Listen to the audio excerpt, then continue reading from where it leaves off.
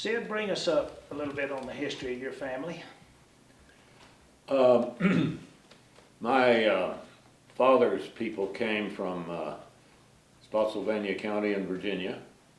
My grandfather fought with the Confederate Army. He fought and I guess his mentor was Albert Sidney Johnston, who was originally in Texas but went back to fight in the Civil War. He was tapped to be the governor of Texas but refused because he wanted to defend the Confederacy, and he was killed at the Battle of Shiloh, and my father was named after him, and I'm a junior. And you're talking about your grandfather. My grandfather. Yeah, and your father, of course. And my father was named after Albert Sidney Johnston, and then I'm a junior, so I'm Albert Sidney Goodloe. So your grandfather was killed at Shiloh? Yes. No, Albert Sidney Johnston was. That's what your... My grandfather was not killed. Oh. He came back and he was in the Oklahoma land rush and settled in Oklahoma, Ryan, Oklahoma. Oh, okay. And then my father came to Abilene, Texas, settled there. On my mother's side, they came from China Springs, Texas, near Waco. Okay.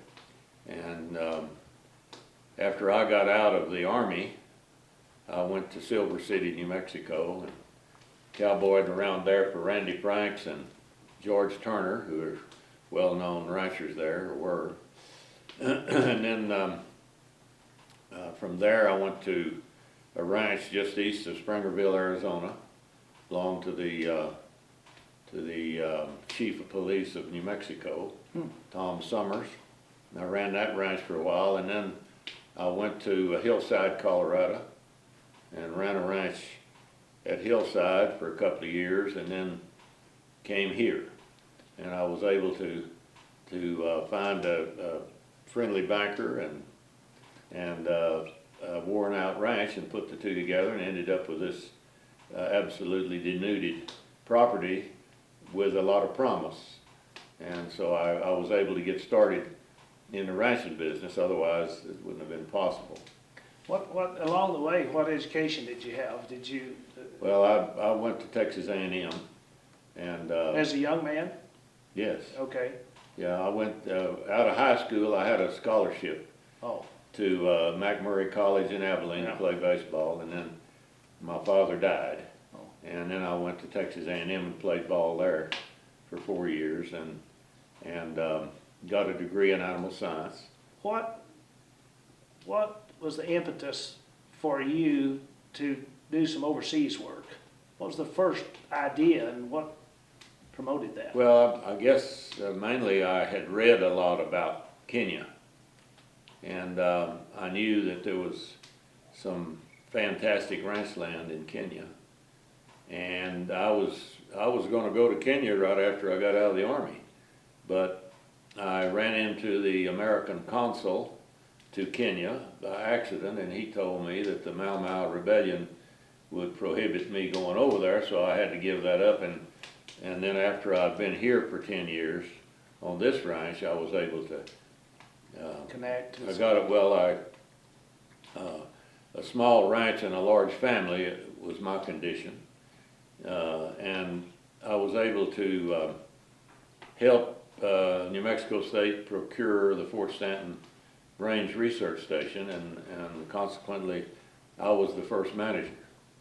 And while managing the Fort Stanton Range Research Station, which was 36,000 acres of some of the best ranch land in New Mexico, I was showing some people around that were sending people to Kenya, and found out about it, and long story short, I ended up in Kenya as a range advisor to the Kenya Ministry of Agriculture. Okay. And I was there for 2.5 years. Okay.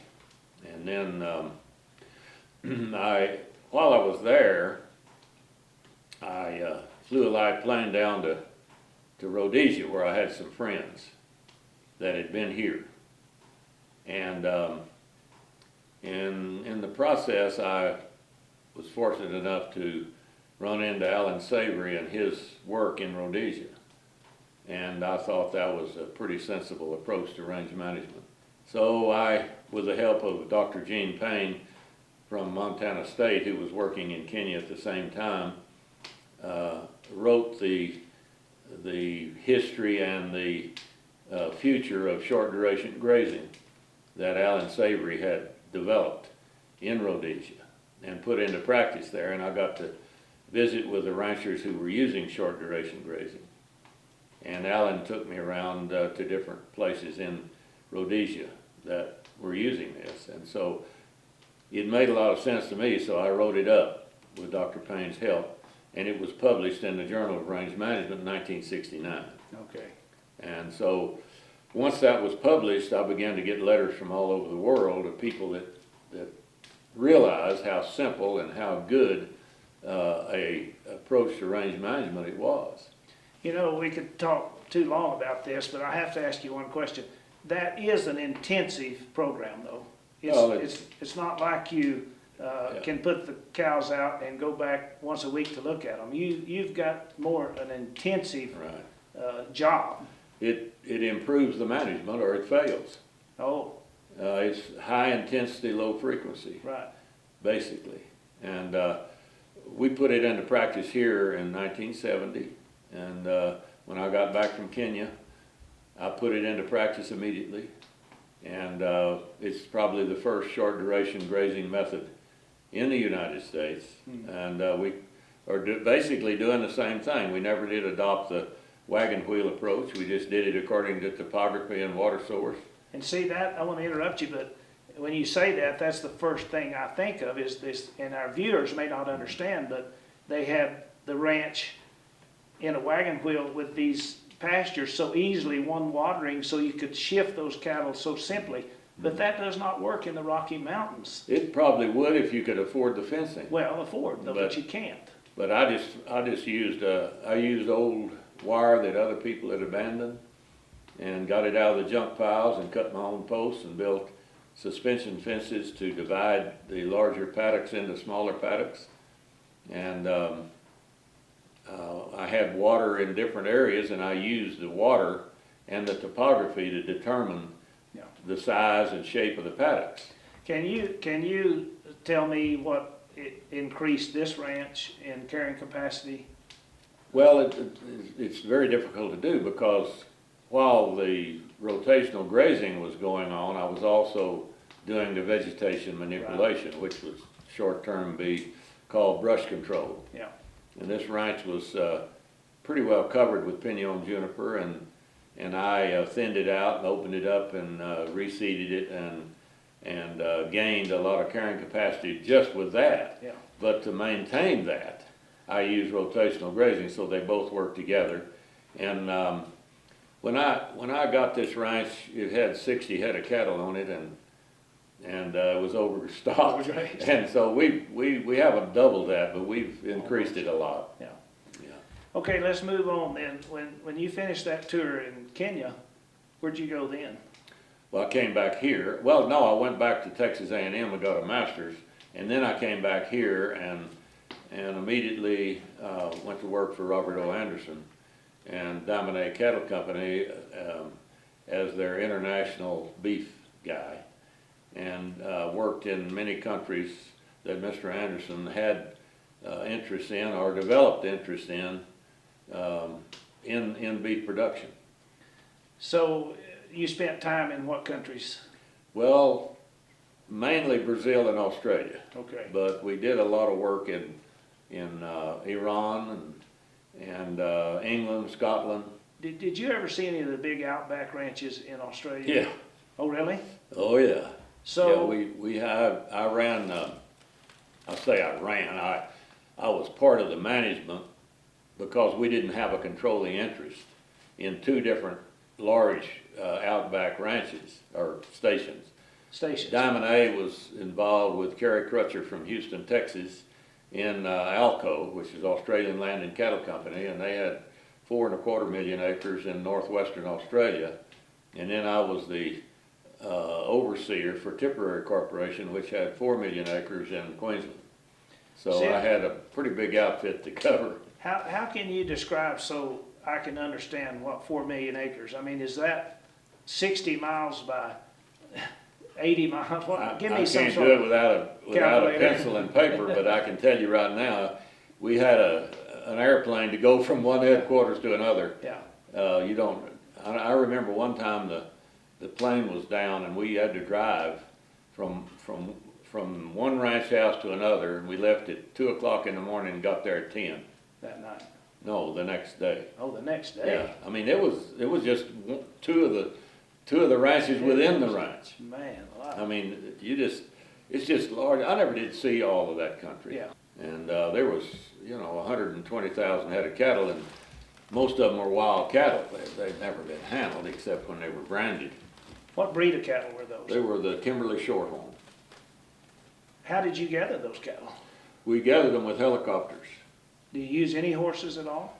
In the hot season, we couldn't. It was just too hot. We used horses a little bit, but basically the helicopters would get them fairly close together, and then the bull buggies, which were the Toyota, open-top Toyota Jeep-type rigs that had pipes welded around them to keep the cattle from getting you. And the bull buggies would come in when we had a set of pens. We always used portable pens. And we'd get those set up in an area that had never been mustered. And then we'd put a mile of burlap out on each side as a wing. And when the helicopters got them inside that wing, then the bull buggies that were hiding behind the wings would come around, and then they'd force them all into corrals. And then we could cut out the cattle we wanted to go to the abattoir. A lot of them were 6, 8, 10-year-old bulls. They'd never been touched. And then the steers, we gathered one paddock, not a paddock, but an area, never been fenced, and I think there was 35 12-year-old steers in that bunch, and they were pretty salty. I rode in a helicopter a lot, and the guy that I flew with had 4,000 hours in Vietnam, so he was a good pilot. But some of these Mickey bulls would decide that they weren't going, and so I had a little 410 shotgun, and he'd get down where I could shoot the bulls when they'd bush up and get them out from under the trees. And the thing that I remember so vividly is we had a couple of those Mickey bulls under a big eucalyptus tree. He just lowered that helicopter down and it parted the limbs, and this owl was down looking up at me, and I'll never forget the expression on his face. What a bird! Helicopter. I'm telling you, that expression I'll never forget. Do you ever think about the direction your life took, and everybody comes to a point when they think, well, I wonder why I did that.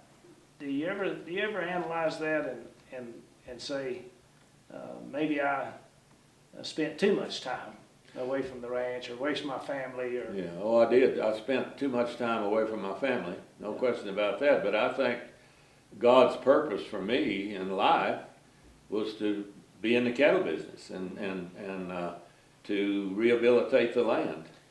And so at that stage that I went through when I was working overseas was mostly handling the cattle part of it and not much on the land. But here on this ranch, my time for the last 15 years has been improving the land, and that's what I like to do.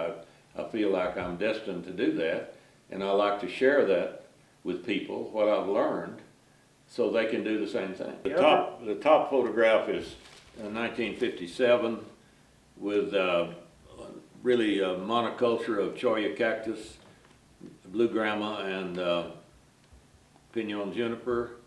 That's down on the lower end of the ranch where there was less brush than there is on most of the ranch, but we had the wrong kind of land and the wrong kind of cattle. And the bottom photo is how many years later, would you say? Well, it was taken last year, Oh, okay. so it was about 50 years. 50 years of work. See, there's a saying that goes around, you'd be amazed at what you can accomplish if you don't mind who gets the credit.